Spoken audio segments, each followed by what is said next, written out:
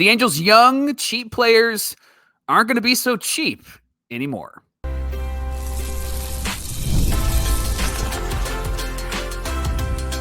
You are Locked On Angels, your daily Los Angeles Angels podcast. Part of the Locked On Podcast Network, your team every day. Celebrating 10K in subscriptions on YouTube. Thanks for making Locked On Angels your first listen of the day. So what impact will arbitration have on the Angels' payroll in 2026? And what free agents could, maybe never come back in 2026? And what does Zach Neto signing with CAA mean for him and his future as an Angel? Before we talk Angels baseball, I want to thank our sponsor, Gametime. You can download the Gametime app, create an account, and use our promo code LOCKEDONMLB for $20 off your first purchase. Thanks for being here for this episode of Locked On Angels, where it's your team every day. You've got the Frisch Brothers here with you, a.k.a. the Super Halo Bros. My name is John, and that's my brother Mike. And my name is Mike, and that's my brother John. Hey, celebrating 10K like Mike mentioned on YouTube, 10K subscribers on YouTube. We said 10K before opening day. Didn't say which opening day, right, Mike? Right. No, That's we did right. not. That's right. No, everybody has been congratulating us and saying, hey, we know you didn't get 10K by opening day, but how about opening day 2026? So we'll take it, man.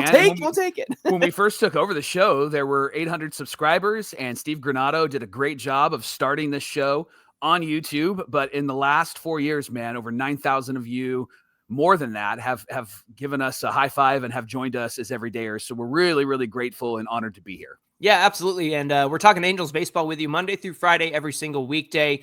For the sickos who love this team and for our everydayers who love to tune in, we appreciate you being here. Mike, let's get started talking about the impact of arbitration on this payroll for 2026. Yeah, the big question for the Angels in 2026 will be, what's the payroll, and will they spend, and more importantly, will they spend on getting the right players, or are they just going to make that big splash signing and that's it?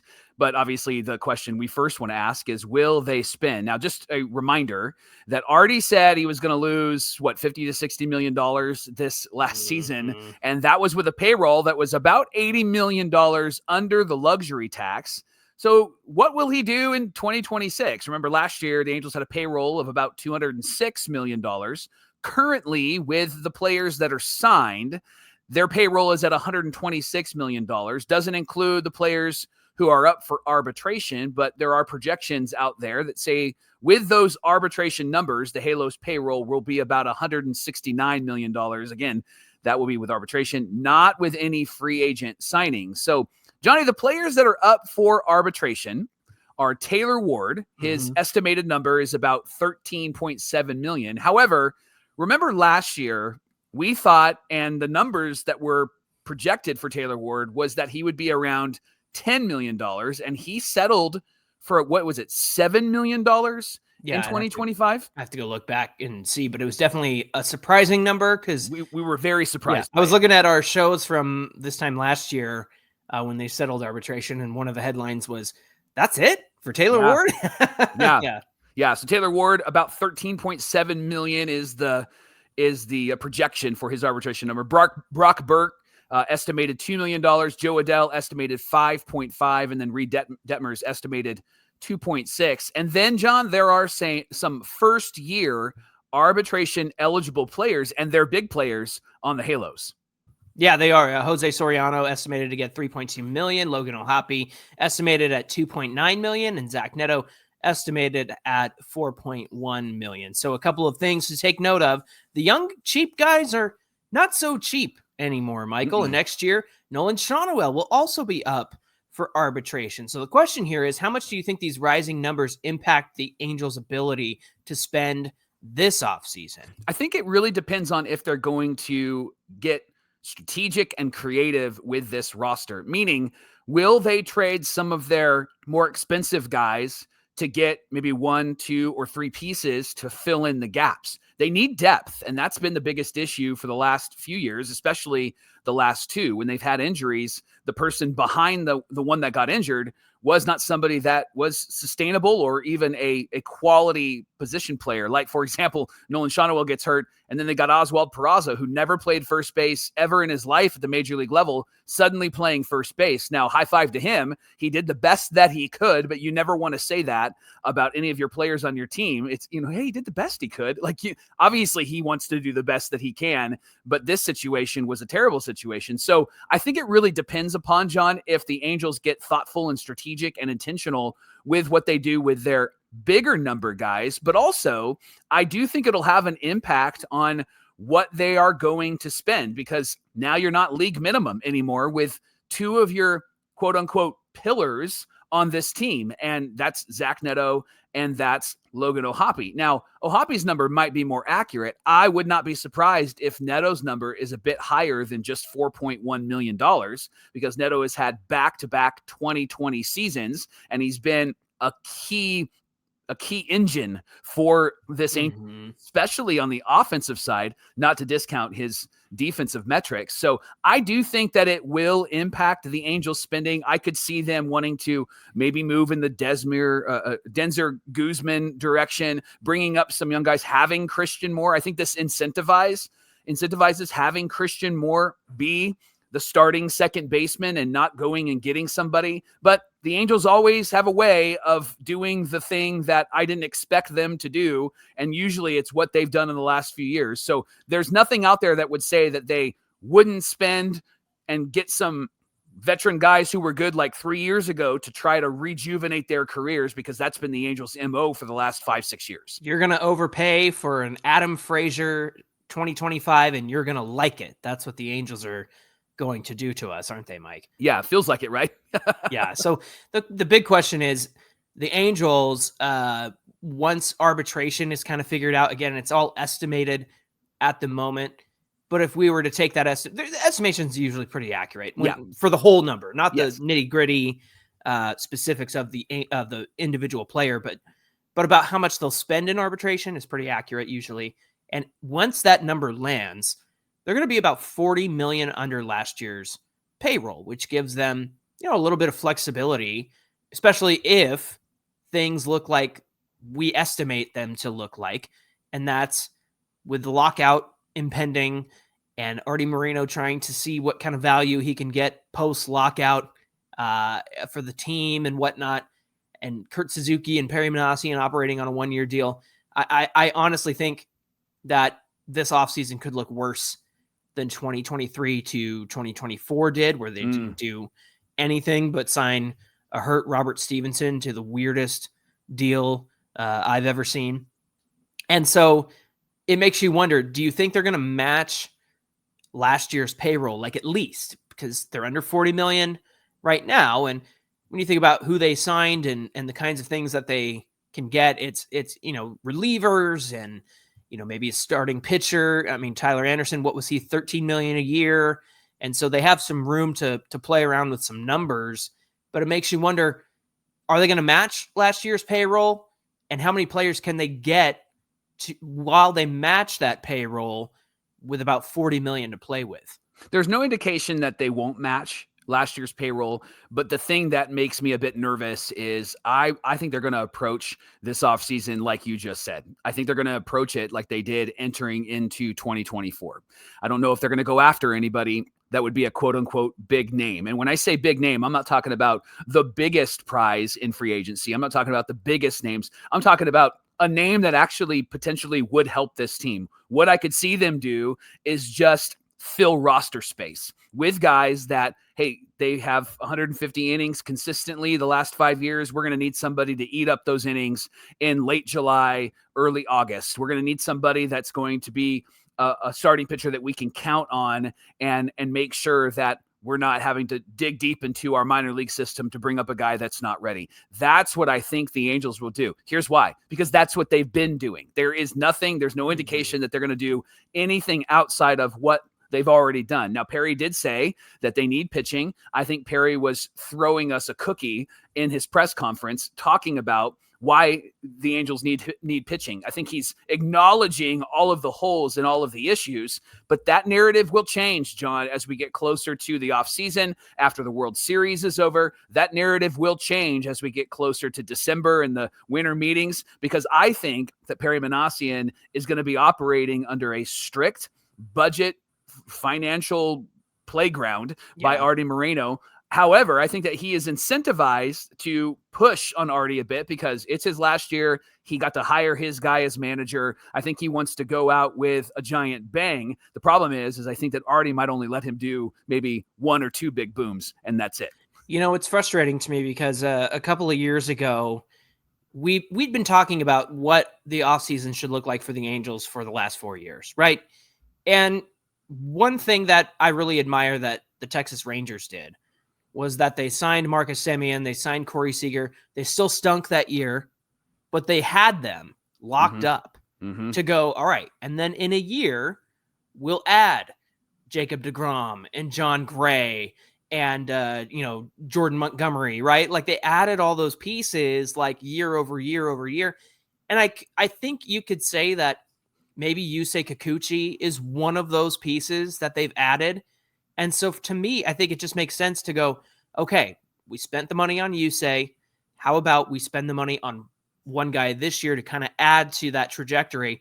Problem is, Mike, is I don't think they're going to give anybody more than a 1-year deal. I just don't think that that's going to be the case because of what Artie is clearly anticipating. And if only they had started this process like 3 years ago, right? Yeah. And that's what we always say with like Mike Trout and his career. Man, if only they had traded away some of their big pieces and built around Mike Trout and Shohei Ohtani, right? Like that's how it always comes. The Angels are just 3 years too late when it comes to this stuff. So my hope is that they can get a Kikuchi type and have them for the foreseeable future, whether that's 2, 3, 4 years. But I'm just afraid they're not going to go over any 1-year deals at this point. Yeah. And the other issue is we're talking through what they have pushed us into. They've pushed us into the corner, and we're talking about being competitive. We're talking about, are they going to try to make a playoff run? Are they going to try to be the 3rd playoff spot, right? Like we're talking that way because this is how they've been talking the last 5 years. They've been talking to us that way. Yeah. Yeah. The results are very different. So we're talking that way. Maybe if they're wise, they actually do trade some pieces in the offseason. Maybe if they're wise, they get some really good young pieces and let them develop and then tell us that that's what they're trying to do this year. If there's any year to do that, this would be the year to do that. Problem is Perry has 1 year and Suzuki has 1 year. So I don't think they're going to do that at all. I think they're going to go for it like they go for it every year. It really is crystal clear to me that this team does operate in what maybe businesses operate in, the fiscal year, right? Yeah. At this point, it zeroes out and we start fresh. And what happened last year doesn't matter. There is not another team in baseball that I've seen operate this way. The Angels literally forget what happened last season and just focus on what needs to happen right now. They don't build for the future. They're not thinking about the future. They're not even thinking about 3 months from now and what spring training will look like, right? They're just thinking about right now and only right now. And right now, it looks like they're going to have to make some big moves to really fill this team out. And so if they do, I don't think they're going to go over that $206 million payroll process that they did last year. That's where they capped themselves out. I can't see them spending more than that. If they do, I will be pleasantly surprised. Yeah, absolutely. Thanks for making Locked On Angels your first listen of the day. Coming up, what Halos are free agents and which ones should come back in 2026, if at all? We're going to get into the names and the details coming right up. The NBA is back, and there's no better place to get in on all of the action than with FanDuel, the official sports betting partner of the NBA. And if you miss the start of the game or you want to ride a hot hand, FanDuel has live bets on everything from who will score next in the fourth quarter comebacks. Plus, you can even combine your live bets into a same-game parlay for a shot at a bigger payout. It keeps every game really exciting, especially when your team's trying to make a late push. So right now, FanDuel is giving new customers $300 in bonus bets when your first $5 bet wins. So head to FanDuel.com to sign up and play your game with FanDuel, the official sports betting partner of the NBA. This is the Locked On Podcast Network, where it's your team every day, and thanks for making Locked On Angels your first listen of the day. Remember, you can listen to us wherever you listen to podcasts. You can check us out on YouTube. You can check us out on your smart TV, all those places. If you want to watch us, make sure you come on over to YouTube, get in the comment section, hit that subscribe button while you're there. Thank you to the 10K who have done so far. Let's keep climbing. Let's go. The team may stink, but you're going to be in the right place for when this thing eventually turns around, maybe, hopefully, of, someday, right? And it's not as if, I know the Blue Jays are back in the World Series for the first time in 23 years, and I know that 30, they have... like 33 years. 33, yeah, I'm sorry, yeah, I can count. 23 years ago was 2002. That's when we won the World Series. My goodness. It's not as if there's been bad Blue Jays teams over that time. It's just getting back to the World Series is tough. So hopefully the Angels can at least get good here in the next 5 years. 5-year plan? Can we have some sort of plan, Mike? Well, that's neither here nor there right now. The plan going into the offseason involves the guaranteed contracts that the Angels have on the roster currently. These are the numbers and the contracts for 2026 and beyond. Mike Trout is making $177.25 million through 2030. Yusei Kikuchi, $42 million over 26 and 27. Anthony Rendon is in his final year, thank God, of his contract, where he's making $38 million in 2026. Jorge Soler is $13 million through 2026. Robert Stevenson is making $11 million through 2026, and that deal includes a $2.5 million club option for 27. Travis d'Arnaud is a $6 million deal through this year as well. There's additional commitments that the Angels are going to have to make, and they're essentially just buyouts. Yeah. Hey, remember Evan White, Mike, that the Angels were able to get, former top prospect for the Mariners, who has done what since we acquired him? Just been hurt a lot, and he's played about as much as Anthony Rendon has played. Yeah, no kidding. And so they're going to have to buy him out at $2 million. Kevin Newman has a $250K buyout in order to release him. And so the total amount of guaranteed contracts for 2026 is $126.5 million. And then future commitments, stuff that's on the way, $289.5 million. So can any of these guys be moved? Should they be moved? What do we say about these guys that are sticking around here in 2026? I think that the obvious conversation here about moving somebody and actually maybe getting something of value would be a Jorge Soler. I don't know if they're going to be able to move him. I don't know what they can do with him. His $13 million number, if he can be what he has been in previous years, that's not a bad number. And I think the Angels could potentially move him for someone or something. But remember, the Angels traded Griffin Canning for Jorge Soler right after the World Series last year. And so if they're going to trade Jorge Soler this offseason, it's going to be max Griffin Canning or below that.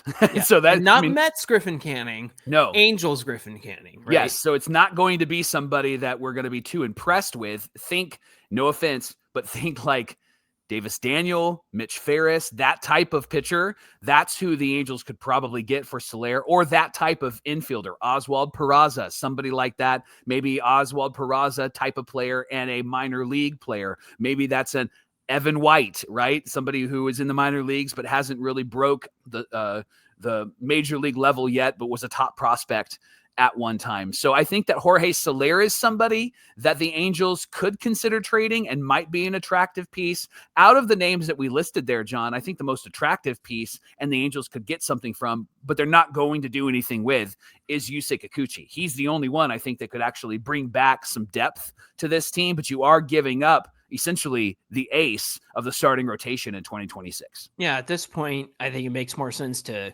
hang on to Yusei Kikuchi rather than let him go. I'm looking up, I'm trying to see some free agent DHs here. So Jock Peterson with Texas, Rhys Hoskins with Milwaukee. So Peterson has a player option for 18.5, which he'll probably take because he was not great this year. So he's going to want any money that he can get. Rhys Hoskins has a mutual option Marcell Ozuna is done with the Braves. Jesse Winker was a DH for the Mets, but he did get into the outfield a lot. Josh Bell with the Nationals. So there are some guys. What about Soler to the Pirates, right? Like maybe they want some offensive production.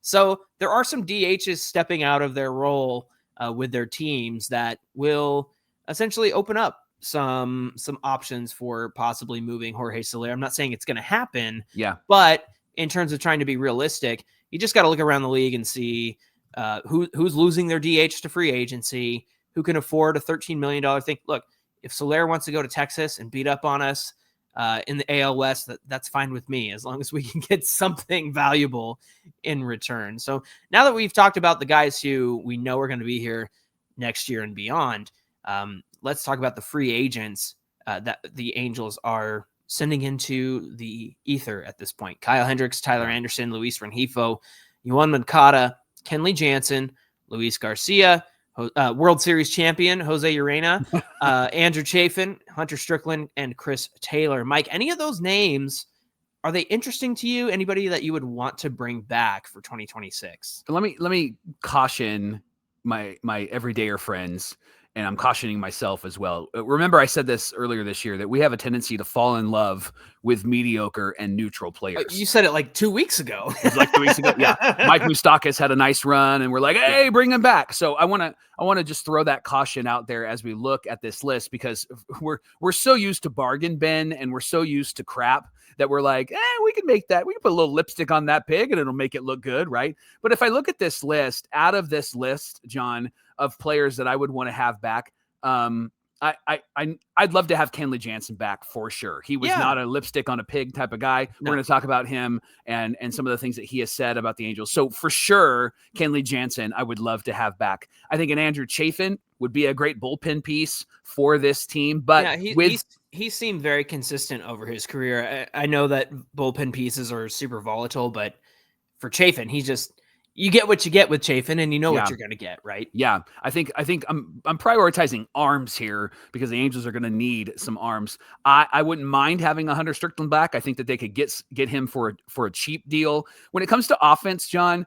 out of the offensive people that are on here, I struggle with even saying yes to any of them. If I'm going to pick one, I'm going to pick Yoan Moncada. And the reason why I'm going to pick Moncada is because I just don't know who's going to play third base for this Angel team. And I think if Moncada can stay healthy, I think he can have a mediocre kind of year. I think that he could get to the 20 home run, 240, 250 batting average and play a pretty mediocre neutral third base. But that's where we're at. If you don't have him there, then what do you do? Well, Denzer Guzman has been brought up, and I know that there's other third baseman free agents. I just don't think the Angels are going to go after those third baseman free agents. And so out of this list, I think Moncada coming back would be the most likely, and I wouldn't mind having him back on the offensive side. Kenley Jansen would be the guy that I would want back on the pitching side. Yeah, and you've said pretty much the names that I would agree with, but I also think about I said this as it was happening at the end of the season.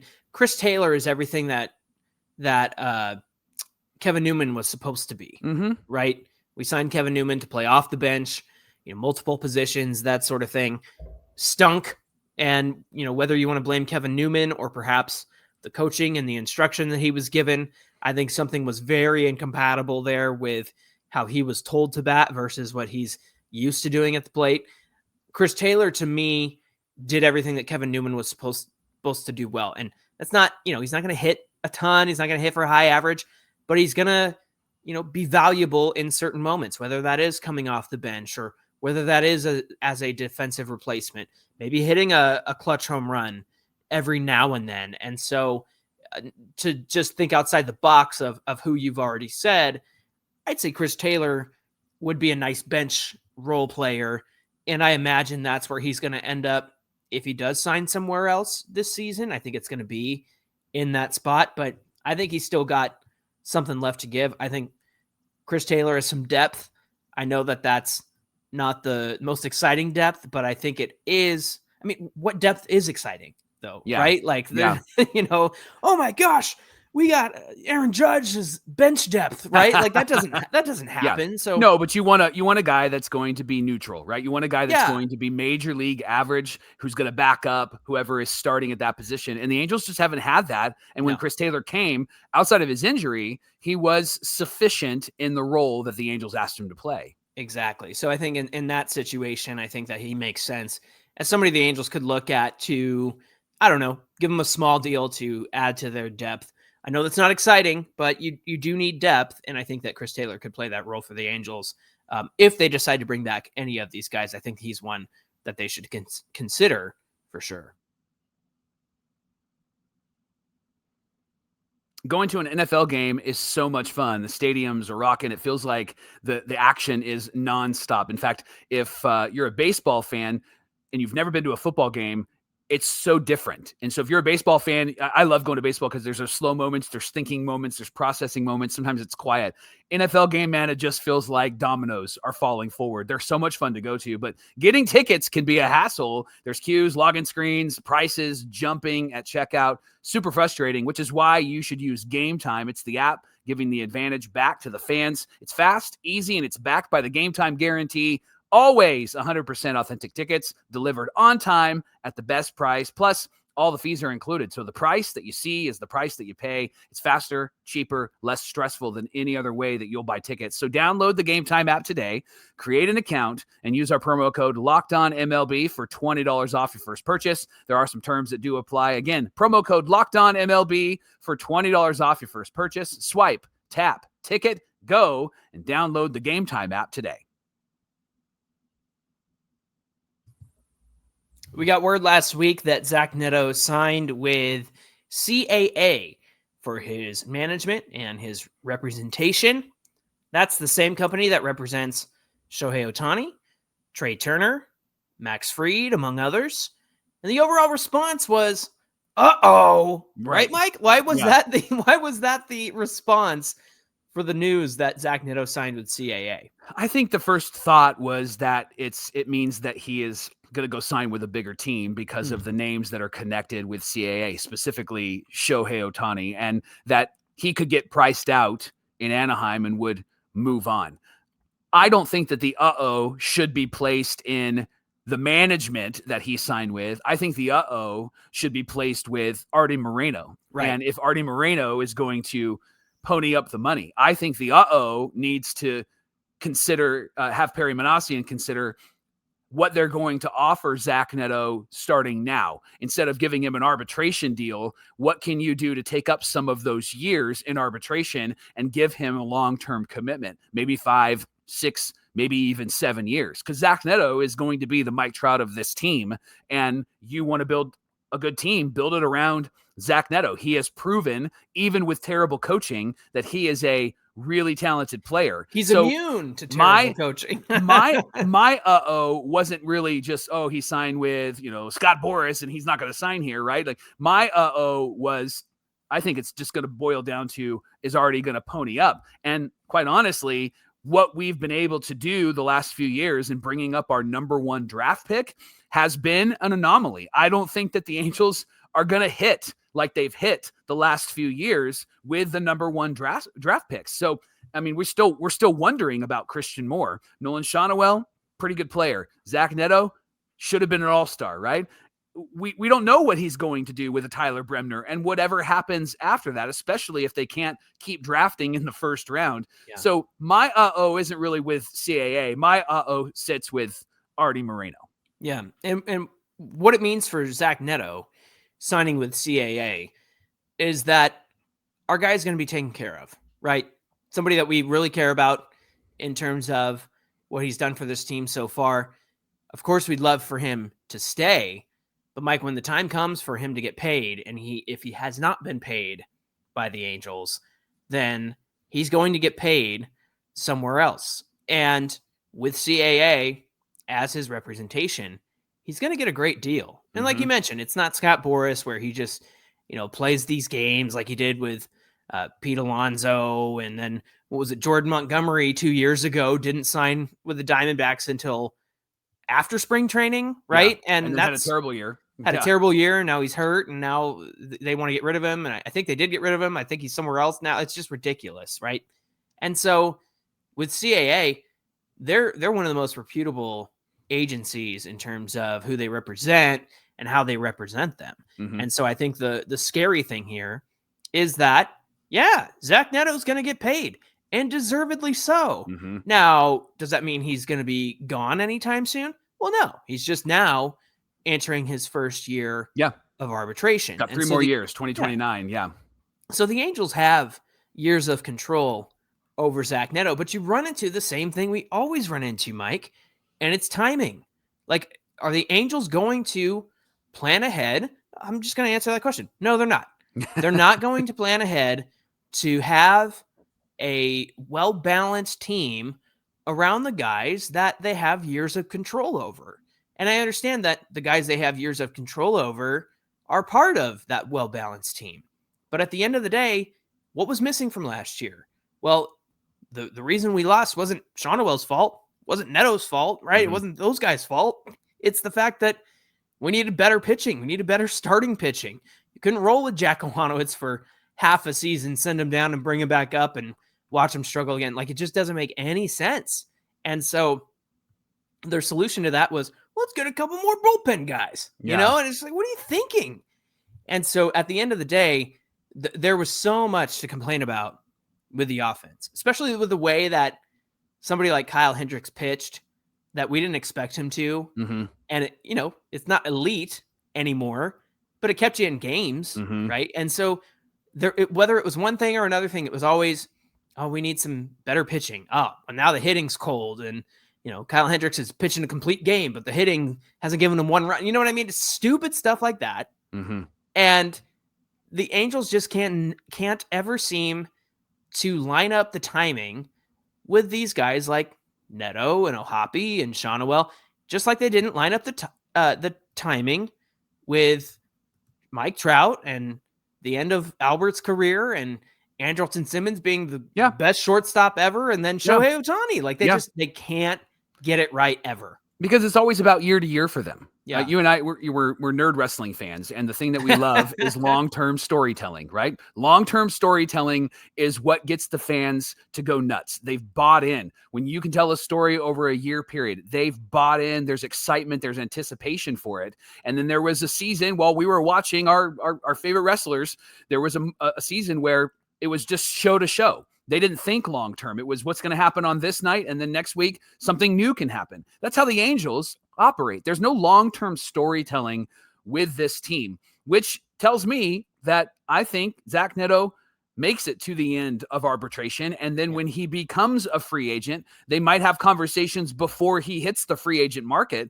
But I think that Zach Neto will hit the free agent market, and the Angels will not offer him any long-term solution that will be sufficient for a player like Zach Neto. And that, I think, is the greatest fear for any Angel fan, because we've watched this guy come up and be incredible in the 3 seasons, 2.5 really, that he's been with the Angels. And who knows what he'll do in 26. He should be an all-star based on the projections and the trajectory of his career. The struggle, though, is that he's probably not going to sign a long-term deal. He's probably not going to do anything in the arbitration years because the Angels won't do anything with them. And CAA will take care of him. They're an organization and a company that will make sure that he's taken care of for years beyond just this year. And the Angels don't operate outside of just this year. Yeah, and they certainly aren't doing anything at the moment, especially with this, 1-year business that they have set us up to anticipate for 2026. I don't anticipate any extensions or deals or anything with any of these young guys. And that's unfortunate because you lose all goodwill and you lose all buy-in with the fans if you don't provide them with the players they love to root for. Thanks for making Locked On Angels your first listen of the day. Now for your next listen, check out Locked On MLB Game Night. You can find Game Night on YouTube or wherever you get your podcasts. Hey, be sure you give us a follow on Twitter at Locked On Angels, at Super Halo Bros on Instagram, Twitter, and TikTok.